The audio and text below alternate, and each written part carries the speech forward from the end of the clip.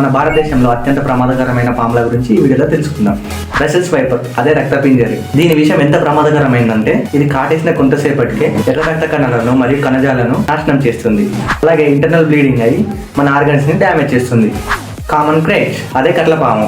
ఇది రాత్రిపూట ఎంతో విషపూరితమైన విషయాన్ని కలిగి ఉంటుంది. కాటేసిన ప్లేస్ లో తక్కువ నొప్పిని కలిగిస్తుంది. ఇది కాటేసిన కొన్ని గంటల వరకు సిమ్టమ్స్ అనేది తెలియదు. ట్రీట్మెంట్ కూడా లేట్ అవుతుంది. అలా ట్రీట్మెంట్ లేట్ అయితే paralysis and respiratory system fail అయ్యే ఛాన్స్ ఎక్కువగా ఉంటుంది. తొందరగా గమనించి యాంటీవెనం తీసుకుంటే సేఫ్ గా ఉండే ఛాన్స్ ఉంది. ఇండియన్ కోబ్రా, అదే నాగుపాము.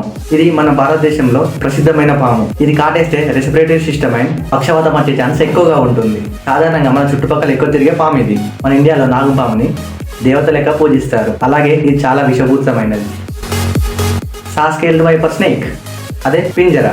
ఈ నాగుపాముల సైజులో చూసుకుంటే ఇది కొంచెం చిన్నగా ఉంటుంది. ఇది చిన్నదైనా దీని వేగం, దూకుడు ఏం తక్కువ కాదు. ఇది మల్టిపుల్ టైమ్స్ బైట్ చేస్తుంది. దీని విషయం వల్ల నొప్పి, వాపు, బ్లీడింగ్ అండ్ ఆర్గన్ డ్యామేజ్ జరిగే అవకాశం ఉంది ఈ కాటు వేయడం వల్ల.